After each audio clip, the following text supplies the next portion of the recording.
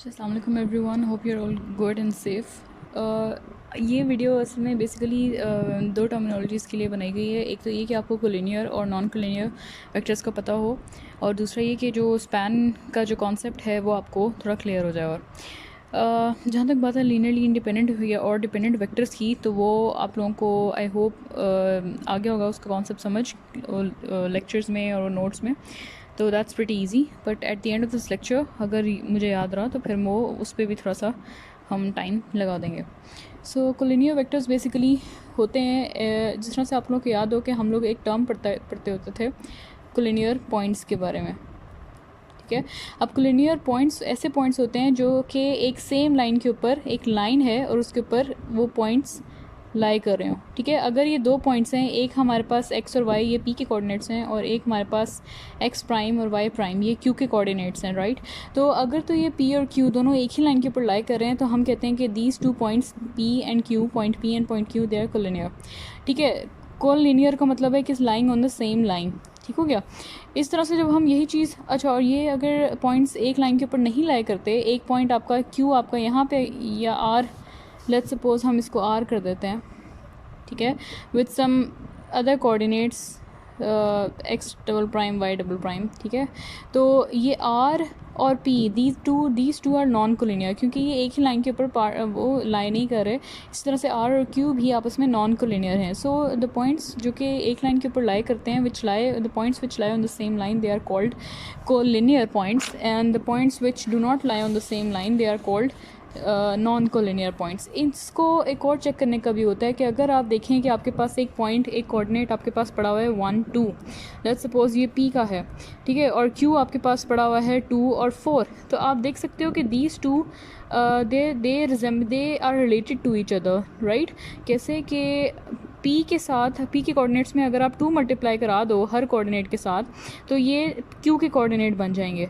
तो ये चीज़ होती है basically scalar multiple of each other, कि आप किसी स्केलर से आप जो है वो मल्टीप्लाई करा के एक पॉइंट को दूसरा पॉइंट हासिल कर रहे हैं। ठीक है, यानी दूसरा पॉइंट आपका फर्स्ट वाले किसी और पॉइंट के स्केलर मल्टीपल से हासिल हो रहा है। सो this is the concept of scalar multiplication basically. So collinear vectors जो हैं, जो हम वेक्टर्स पे आते हैं, तो कोलिनियर वेक्टर्स, दो वेक्टर्स आपस में कोलिनियर तब होंगे जब वो एक दूसरे के स्केलर मल्टीपल होंगे। ठीक है, for example let's take v1. For example, let's take v1 as a column vector of two-dimensional space, let's say 1 and 3, ठीक है, या -3 कर लो, चलो। और दूसरा वेक्टर हमारे पास है let's suppose 2 and -6, ये दो वेक्टर्स हैं।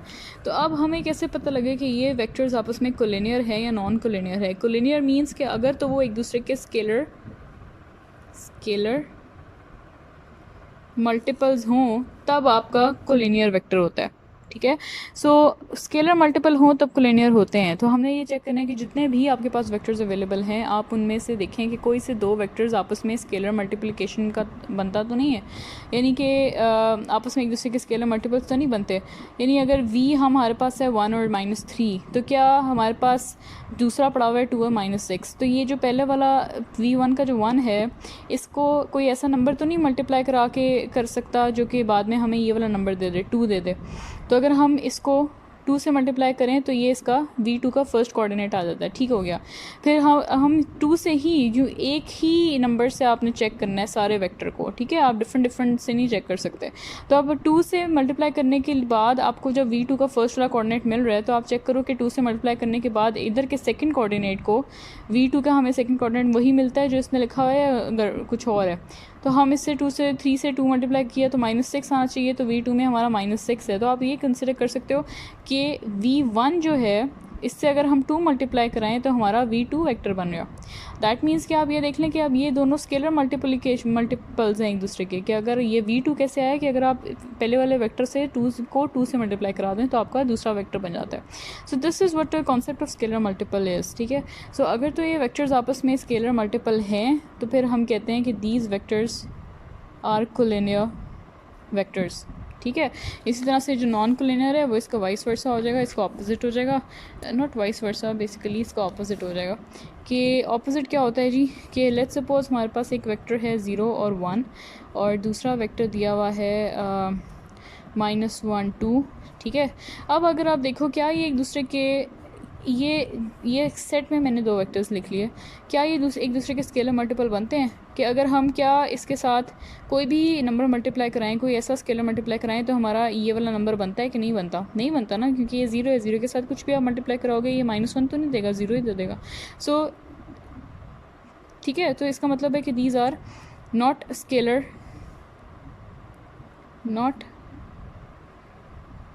Multiples of each other. So इसका मतलब है कि जब स्केलर मल्टीपल नहीं होते तो वो क्या है, नॉन कोलिनियर वेक्टर्स हैं। तो ये इतना सा कॉन्सेप्ट है आपका।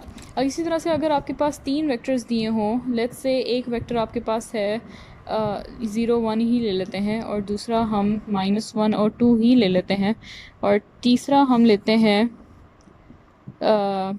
-2 और 4, या -1/2, ये 1/2 है, ठीक है, -1/2 और 1। तो अब आप ये अब 3 वेक्टर्स हैं। अब हम चेक करें कि क्या ये वेक्टर्स आपस में कोलिनियर हैं या नॉन कोलिनियर हैं। इसके लिए हमने देखना है कि जितने भी वेक्टर्स आपके पास अवेलेबल हैं, आप उन सब का चेक करोगे, उन सब में से कोई 2 आपस में एक दूसरे के स्केलर मल्टीपल होंगे तो वो कोलिनियर होंगे। अगर कोई से भी 2 आपस में एक दूसरे के स्केलर मल्टीपल नहीं है तो वो नॉन कोलिनियर होंगे। अब इनमें चेक कर लेते हैं, ठीक है। तो अब देखें ये दोनों तो कोई नहीं है ना, इनका तो कोई हिसाब नहीं बनता। किसी 0 के साथ किसी भी नंबर को मल्टीप्लाई कराएं तो हमारे पास ये वाला नहीं बनता, तो ये दोनों तो एक दूसरे के स्केलर मल्टीपल नहीं है। इसी तरह से V1 और V3 भी नहीं है, ठीक है। जब हम V1 और V2 और V3 को देखते हैं तो हम V3 के साथ क्या मल्टीप्लाई कराएं कि आपका 1 आ जाए। इसके साथ अगर हम 2 को मल्टीप्लाई कराएं तो -1 बन जाता है, कैंसिल हो जाता है ना। ये सेकेंड के साथ अगर 2 मल्टीप्लाई हो रहा है तो यहाँ पे 2 आना चाहिए, तो ये 2 बन रहा है। तो यानी कि V2 और V3 आपस में स्केलर मल्टीपल हैं एक दूसरे के। These 2 are scalar multiples of each other, ठीक है। सो हम कहते हैं कि V2 and V3 are collinear, ठीक हो गया। So this is the whole concept. ये सिंपल आपने देखना है कि अगर स्केलर मल्टीपल्स हैं तो वो कोलिनियर होंगे, अगर वेक्टर्स आपस में स्केलर मल्टीपल नहीं है तो वो कोलिनियर नहीं होंगे। अब नेक्स्ट जो थी वो कॉन्सेप्ट जिसमें इशू आ रहा था, that was based on spanning. Spanning का सबसे पहले वो जो कॉन्सेप्ट था उसको समझने के लिए आपको स्पैन का मतलब पता होना चाहिए, जो कि आप लोगों को अच्छी तरह पता है। स्पैन जब हम लिखते हैं कि span of V1 V2 V3 and so on, जितने भी वेक्टर्स होते हैं, मैंने सिर्फ 3 वेक्टर्स चूज़ किए हैं। So this is equal to the set जिसमें W1 आ गया, चलो W2 आ गया, W3 आ गया, and so on etcetera so on, ठीक है। सो इस चीज़ का मतलब ये है कि जिस स्पेस में से हम ले रहे हैं कि V1 V2 और V3 जो है हमने टू डायमेंशनल कॉलम वेक्टर्स ले लिए, ठीक है। तो 2 डायमेंशन कॉलम वेक्टर्स क्या होते हैं? ये आपका 2 डायमेंशन क्या होती है? ये आपका x एक्सिस हो गया, y एक्सिस हो गया, ये आपकी पूरी 2 डायमेंशनल स्पेस हो गई। अब इसमें कोई भी अगर आप वेक्टर फॉर्म करोगे तो वो इस तरह से ही होगा ना, राइट। x कोऑर्डिनेट होगा और y कोऑर्डिनेट होगा, ठीक है ना। तो ये आर्बिट्रेरी वेक्टर है इस स्पेस का, इसमें नेगेटिव एक्सिस भी आएगा, नेगेटिव y एक्सिस भी आएगा। अच्छा जी, तो इस स्टेटमेंट का मतलब ये है बेसिकली कि V1 V2 V3 जो हैं वो इन W1 W2 W3 वेक्टर्स को जनरेट कर रहे हैं, ठीक है।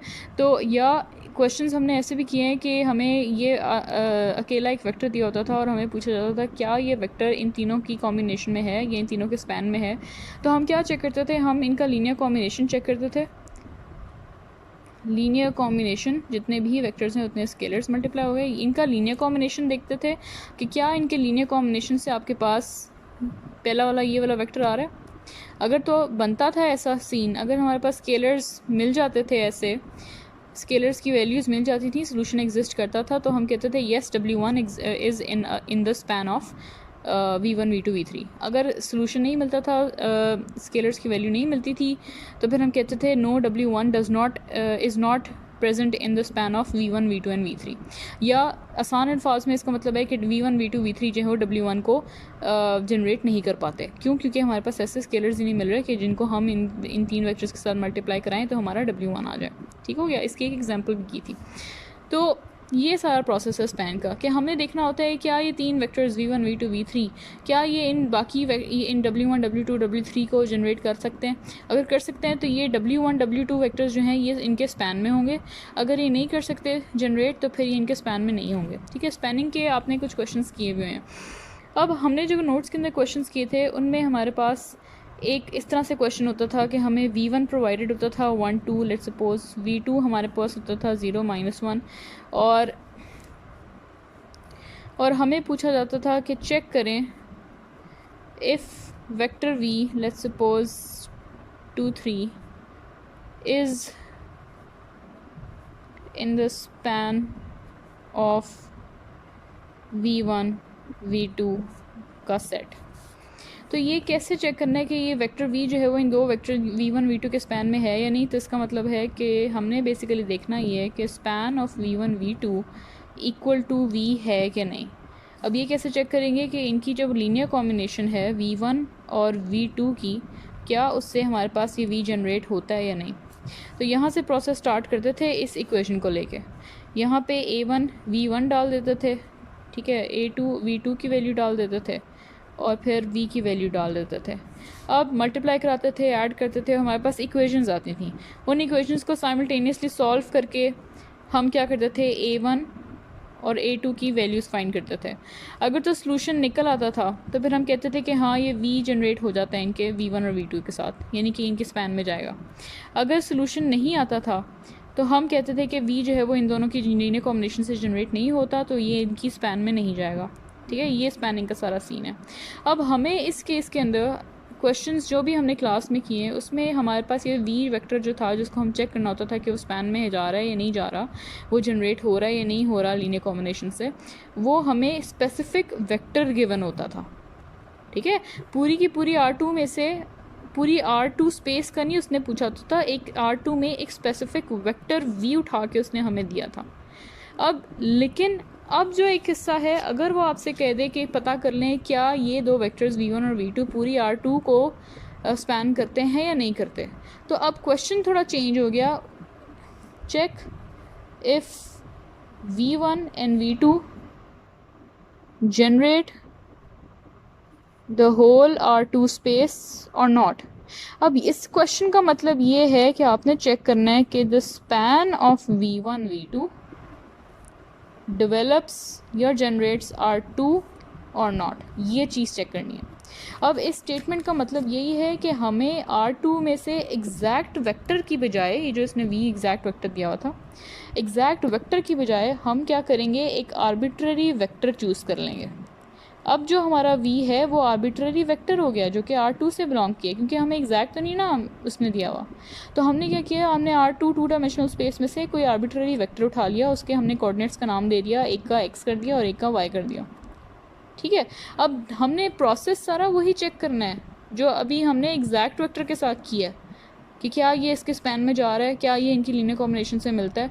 प्रोसेस अभी भी वही है, क्या ये आर्बिट्ररी वेक्टर इनकी स्पैन में बिलोंग करेगा, क्या ये आर्बिट्ररी वेक्टर इनकी लीनियर कॉम्बिनेशन से बनेगा। ठीक है? अगर ये आर्बिट्ररी, हमें सोल्यूशन में वही प्रोसेस है, हम क्या स्पैन में क्या करते हैं, हम करते हैं जितने भी वेक्टर्स हैं उनकी लीनियर कॉम्बिनेशन बनाते हैं। दो वेक्टर्स हैं, दो स्केलर्स हो गए और इक्वल टू V हमने अब आर्बिट्ररी ले लिया क्योंकि उसने स्पेसिफिक तो नहीं दिया हुआ।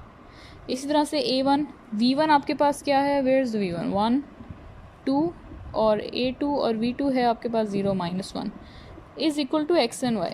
अब प्रोसेस अभी भी वही है, आपने क्या करना है, आप देख रहे हैं कि क्या XY इन दोनों की लीनियर कॉम्बिनेशन से जनरेट हो जाता है, या हमें यहाँ पे बेसिकली कैसे पता चलेगा जनरेट होता है ये कि नहीं, कि हम अगर A2 और A1 इन दोनों की वैल्यूज़ फाइंड आउट कर सकें, क्या इनकी फॉर्मेशन बना सकें। सो यहाँ से आपका A1 A2 × 0 0 is equal to X, ये आपकी पहली इक्वेशन आ गई। मल्टीप्लाई करा के मैंने ऐड करा के कंपैरिजन इकट्ठा कर दिया है। फिर आपका 2A1 - A2 is equal to Y, ये आपकी सेकेंड इक्वेशन आ गई। ठीक है, हमने क्या चाहिए, हमें स्केलर्स की वैल्यू फाइंड आउट करनी है, हमें A1 और A2 की वैल्यू चाहिए। तो A1 की वैल्यू तो पहली इक्वेशन से हमें डायरेक्ट मिल गई, A1 की वैल्यू मेरे पास आ गई, लेट्स सी,